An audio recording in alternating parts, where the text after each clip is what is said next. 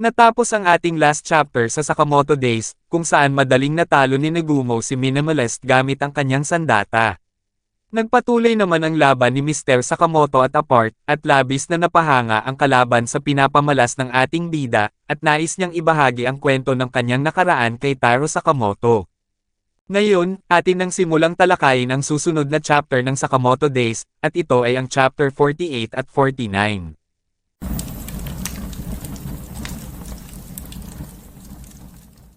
Nagsimula ang chapter, kung saan sinabi ni Apart, na makikinig ka ba sa aking kwento, habang sinambit ni Sakamoto, na patawad, dahil wala akong oras sa mahabang kwento.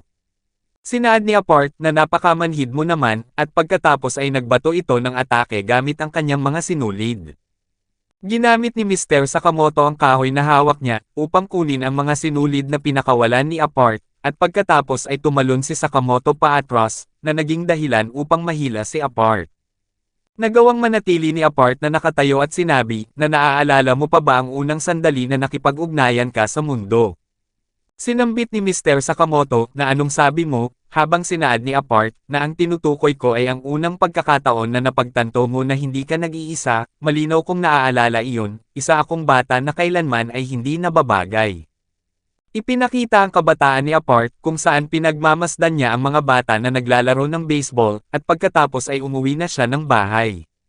Sinabi ni Apart na ang nanay ko ay hindi nagmalasakit sa akin, halos wala akong alaala ng kahit anong pag-uusap namin, ni hindi ko na maalala ang boses niya.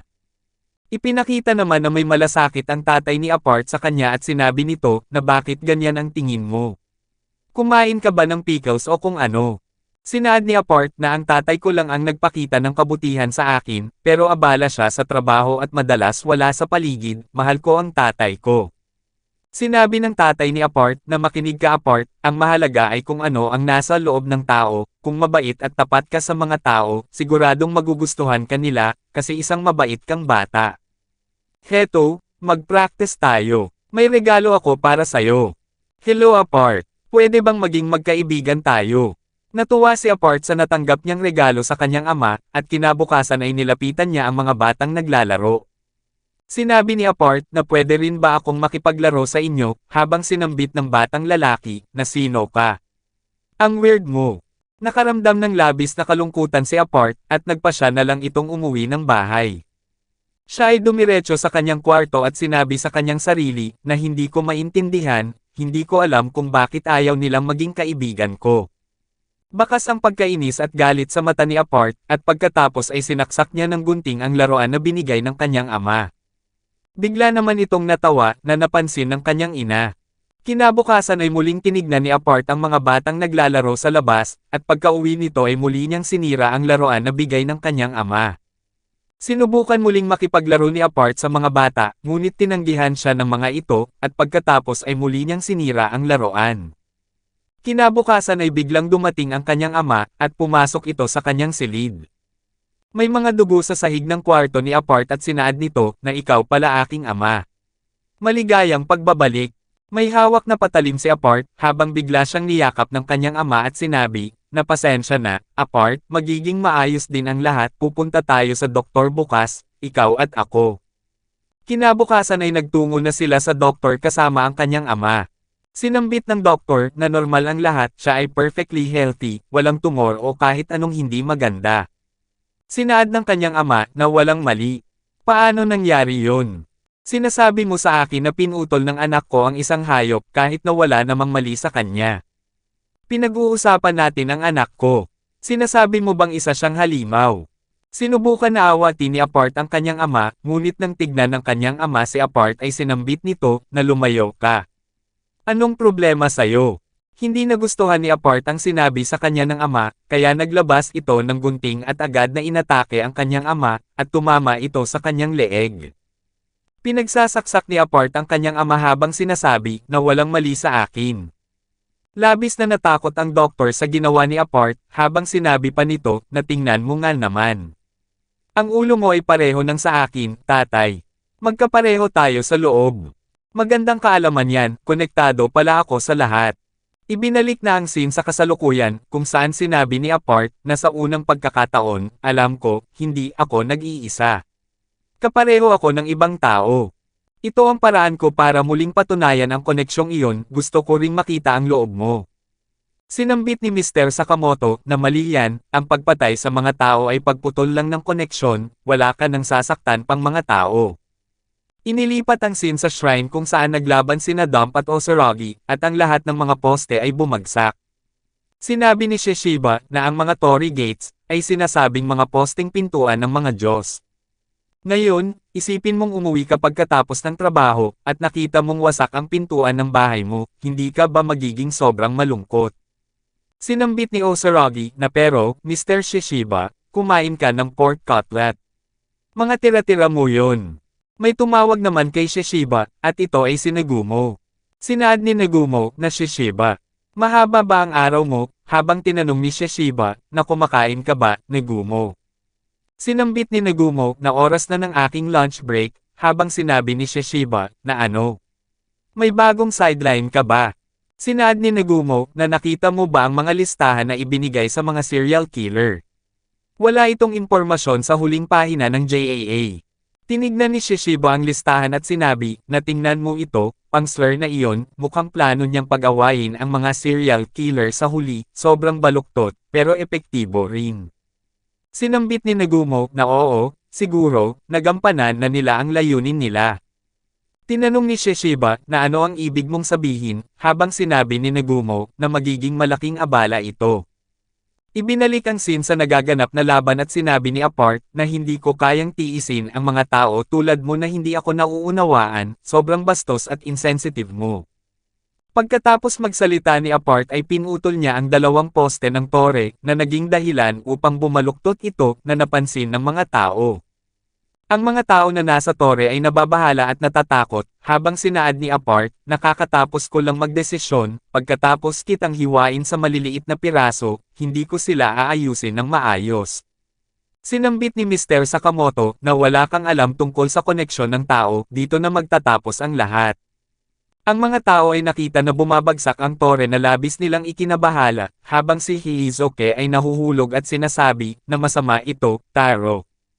Sinambit ni Apart na maganda na ang mga nangyayari, habang pinagmamasdan ni Mr. Sakamoto ang paggalaw ng gusali.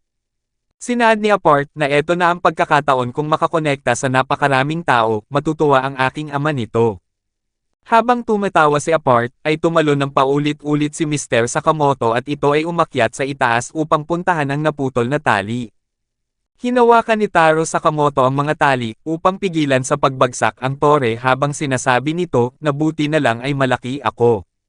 Nagtataka si Hisoke dahil tumigil sa paggalaw ang tore habang sinaad ng mga tao na nasa kanyang likuran na baka dapat bumaba na tayo ngayon. Sinundan ni Apart si Sakamoto sa itaas ng gusali at sinambit nito na kinakausap kita. Huwag kang tumingin palayo. Tinalian ni Apart sa mukha si Taro Sakamoto at sinabi, na ngayon, handa na akong silipin ang loob mo. Sinambit ni Mr. Sakamoto sa kanyang sarili, na ano ngayon, habang bigla siyang nakaramdam ng kakaibang puwersa. Ipinakita sa baba ng tore ay naroon si Takamura, at naghahanda ito upang gamitin ang kanyang espada. Nang mailabas na ni Takamura ang kanyang sandata, ay biglang naputol ang isa sa mga poste ng gusali, at pagkatapos ay agad niyang ibinalik ang kanyang sandata at umalis. Napahawak naman si Apart, habang naguguluhan si Mr. Sakamoto sa nangyayari. Ang poste na pinutol ni Takamura ay bumagsak sa sahig, na naging dahilan upang maging balance ang nabaling poste sa itaas ng tore. Ang mga tao na nasa ibaba ng tore ay nagulat sa kanilang nasaksihan at sinambit, na nahuhulog ito kanina, pero ngayon ay mukhang hindi na. Tumigil na ito sa pagbagsak, pero kakaiba ang hitsura nito. Tinanong ni Hisoke si Taro, na kung siya ang may gawa nito, habang inisip ni Mr. Sakamoto, na ang uhaw sa dugo na yun ba ang gumawa nito. Naiinis si Apart sa nangyari sa tore, habang si Takamura ay sumakay na ng taxi, habang sinaad ng driver na nakahanap ka ba ng CR, Lolo. Binitawan na ni Sakamoto ang lubad na hawak niya at sinambit na ito na ang pagkakataon ko, damhin mo ang bigat ko. Pinalubog ni Sakamoto ang kanyang mga pisngi, at ito ay nakataka sa pagkakatali. Nagulat si Apart dahil biglang naglaho si Mr. Sakamoto sa kanyang paningin, at pagkatapos ay napunta ito sa kanyang tabi, at nagpakawala ng malakas na suntok na tumama sa kanyang mukha. Si Apart ay lumipad palabas ng gusali at ang kanyang ilong ay nagdugo habang sinabi nito na napakabigat. Hinawakan ni Mr. Sakamoto ang sinulid ni Apart at ginamit niya ito upang ihagis paitaas ang kalaban. Nang nasa itaas na si Apart, ay kinuha ni Sakamoto ang hagdanan na nasa kanyang tabi, at tumalon ito ng napakalakas upang lapitan at paluan ang kalaban. Matagumpay na natamaan ni Sakamoto si Apart, at ito ay bumunggo sa bakod ng gusali, habang agad namang bumangon ang kalaban at muling inatake si Sakamoto habang sinasabi, na bakit mo ako tinatanggihan. Habang umiiwas si Taro sa mga ataking pinapakawalan ni Apart, ay nakakita ito ng bilog na antena at ginamit ito upang putulin ang mga tali ng kalaban. Si Apart ay lumipad palabas ng gusali at labis itong naiinis at sinasabi, na bakit ako? Tao din ako katulad ng iba. Bakit ang buhay ko ay napakasakit? Bigla namang hinawakan ni Sakamoto ang tali ni Apart, upang hindi ito tuluyang mahulog at sinambit nito, na maaari mo pang baguhin ang paraan ng iyong pamumuhay, kaya heto, ipinapangako kung hindi ko bibitawan ang lubad na ito. Pagkatapos magsalita ni Sakamoto ay hinila niya ang tali upang itapon si Apart sa itaas, at pagkatapos ay pinaikot-ikot niya ito ng maraming beses. Pagkatapos pinaikot ni Sakamoto si Apart, ay sa gusali naman niya ito iwinasiwas, hanggang sa maabot na nito ang hangganan ng tali at tumama ang katawan ni Apart sa pader ng labas ng tore at lumusot ito sa loob. Si Apart ay tuluyan ng natalo, habang si Mr. Sakamoto ay kinuha si Apart at sinambit na tapos na ang misyon. Sa wakas, pwede na tayong mag-usap. Dito na natatapos ang chapter 48 at 49 ng Sakamoto Days. Paki-like and follow naman po ng ating Facebook page, nasa description po yung link. Muli huwag kalimutang mag-like, comment, share at subscribe sa ating channel. Salamat.